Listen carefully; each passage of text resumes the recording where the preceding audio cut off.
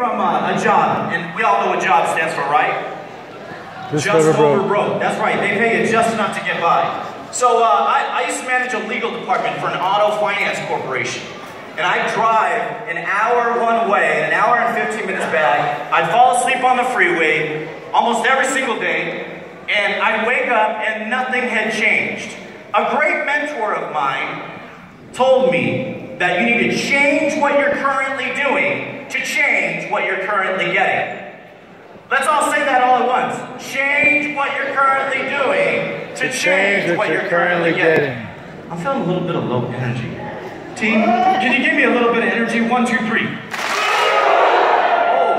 yeah, I like that. So this is what I conduct from, is I own an insurance business now. I got tired of doing the job thing, and I got out of that. And this is what I share with my salespeople. It's the same thing in network marketing. Now pay close attention. I can reverse engineer anything that I want. Anybody ever graduate from high school in here? Okay, congratulations. You're supposed to. But normally you can reverse engineer, can't you? You graduate from junior high, then you graduate from elementary school. Hey, I'm about as sharp as a round table, but I have a lot of common sense. So I created this pipeline with the mindset of what happens next. You know, when I first get involved into business, I want to know what's the next step. What's the middle step, and how can I do it different? What you'll notice inside of this crowd here is that everyone is different. They're going to resonate with several different speakers. And whichever resonates with you, hey, take that information and run with it. I love when, I forget the name of the speaker, but she goes, BAM! I was like, yeah, I like that. I like that. I'm gonna go back home and I'm gonna go, BAM! You know? She says she put the groceries in the car, BAM! I love that stuff.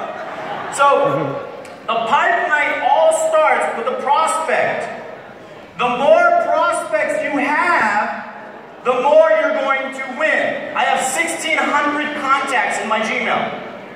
I could sell M&Ms for a living and I'd be the best at it. Because I have more contacts. Give you an example. I recruited a lady by the name of Cindy Garcia. She's in the crowd. And Eddie, was it a Tuesday when I went to recruit her? On a Tuesday, she Tuesday. But she has that super voice. Brazilians got these sexy Brazilian voices too, man. Damn, I want to move to Brazil for a month. But it all starts with a prospect. Once you get a prospect, so this is where all I do is I look for people's gifts. And I was in a restaurant, Papachino's in Chino Hills. And I was walking past and she smiled and she lit up the room. So I said, Cindy, or I said, excuse me, miss, you have one of the most incredible smiles that lights up the room. I just wanted to tell you that. And I started walking away. She goes, whoa. Wait a minute, what do you do? I go, oh, that's not important. I just wanted to let you know that you totally lit up the room. I really appreciate being around people like you. Thank you so much. So I gave her my business card because she was practically going to tackle me. And we communicated. We eventually set a time to get together. So I got her number. She got mine. So what's the next step? Get a number, yes? Are you guys awake? All right. I thought Mint was going to be this big bang in the industry, but you guys are playing at a level 3 right now. So the next one is get a number, right? Awesome. Number 3 is make the call. So if you get the number and you never call the number, then, well, it's no wonder you're not growing a business. Make a call.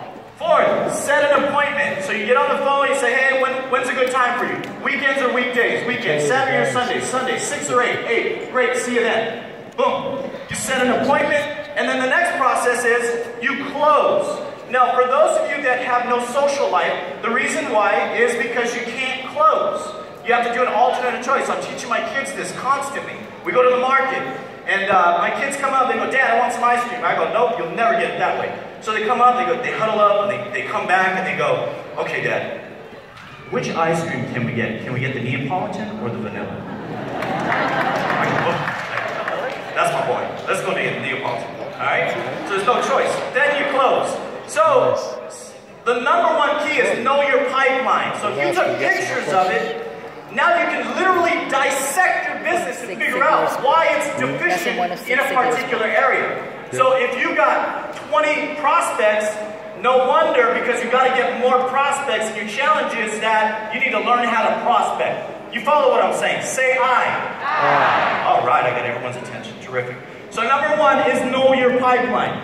Number two, have a system. I walked into Biology the other day. They got a little conveyor belt. Shoom! I walk into Chipotle. They got a little. They get a 17-year-old to collect cash in the cash register. They press a button, and it's very systematic, duplicatable, very predictable. So you got to figure out, when I get a brand new associate involved, what I do is I go, hey, here's the what's next. I have a YouTube. All you got to punch in is welcome, Manny Soto, and boom.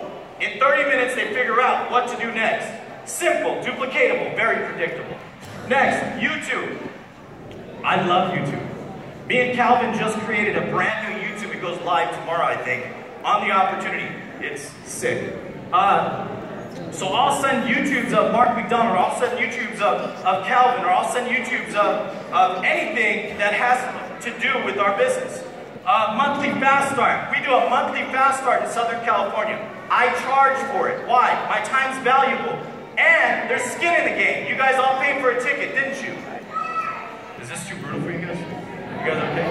You're like, damn, this guy's like serious about this damn business, huh? That's absolutely correct. I don't want to make $1,000 a month. I want to make a couple million in this deal, right? Yeah, I was speaking some people's languages. All right. So every month I have a fast start school. Because I can have the skeleton, which is the product and the system, but how do I do a one-on-one? How do I prospect somebody? How do I actually make a phone call? And how do I actually close, which I'll get to in a second. So monthly fast start school. Weekly reset. So every Sunday, this is in my insurance business, but every Sunday I'll do a weekly reset. So I have a text messaging blitz every single Sunday. So they'll come over, they'll send text messages out, yada, yada, yada. So every single week, I have questions designed so that I can set up my week. That's number two. Number three, foster independence. The most difficult part about being a parent is fostering independence. Isn't that true? You want to take care of them, you want to coddle them. When they slip and fall, you want to jump to their aid. It's the same thing in like jam. It's the same thing as a brand new associate. You have to foster that independence. You can't just go, you can't be too hard and you can't be too soft. It's a fine line. Everyone in here is leaders, right? Yeah. Maxwell says leadership is what? Wow. Influence, absolutely. Leadership is influence. So if we all know how to influence people, we can do it the proper way. Fostering independence is this: negative up and negatives up, and that's supposed to say positives down. I would hate to have an upline that just pees in my pool every single day. Oh man, you're the gossip, this stuff, so-and-so, I don't know, they messed with my auto ship. All that crap, you gotta get that completely out and foster that independent new associate. Let them know, look, when you get into my associate meeting here, everything's gotta be positive. We run a positive environment. There's no negatives. We gotta constantly keep on the same page. Amen. Second point to that is control the 3 C's. The 3 C's are condemning. The 3 C's are criticizing. And the three C's are complaining. I went to a wedding the other day and my Thea was there.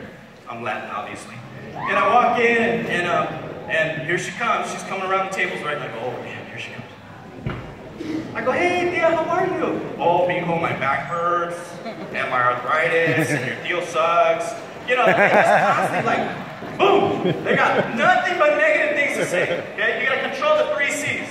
Next, I'm running low on time, so I gotta hurry. Invite everyone and give them the opportunity to say no. When Chris Perry called me, he didn't call me and go, hey Manny, you think you could check out the... Chris Perry called me and says, hey bro, I got this brand new business opportunity, I think you'd be great. He threw up all over me. He had diarrhea of the mouth, but he still had credibility with me. So I sat down, him and Calvin made a ton of sense, and in 15 minutes I was in. I said, man, success leaves clues. Let's get this rocking and rolling, right? So invite everybody and give them the opportunity to say no. Think about it. You've touched several lives in this auditorium here. The person that got that particular person in business with you isn't necessarily here, but you touched others' lives as a result of it. Give them the opportunity to say no. Lastly, no excuses. Everyone has something to say. It's either they're going to give you excuses or they're going to give you reasons why. No excuses. If they give you more excuses, you got to give them a checkup from the neck up. Seriously, you got to. Oh, it's because I'm too short. Oh, I'm too tall. No, it's because I'm fat. No, it's because I'm skinny. No, I just didn't have business connections.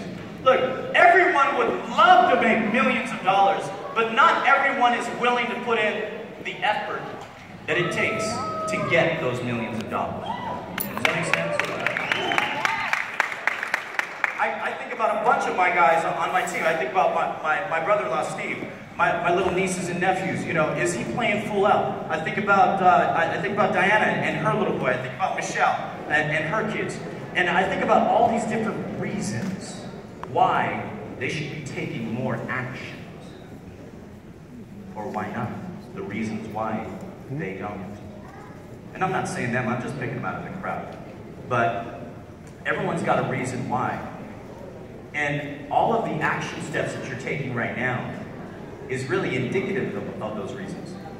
So, are you playing all out? Are you playing to your fullest? Or are you playing just to get by? Do you got the little floaties on in the shallow end of the pool? Or are you going to jump in the deep end with us? Thank you so much. My name is Manny Soto.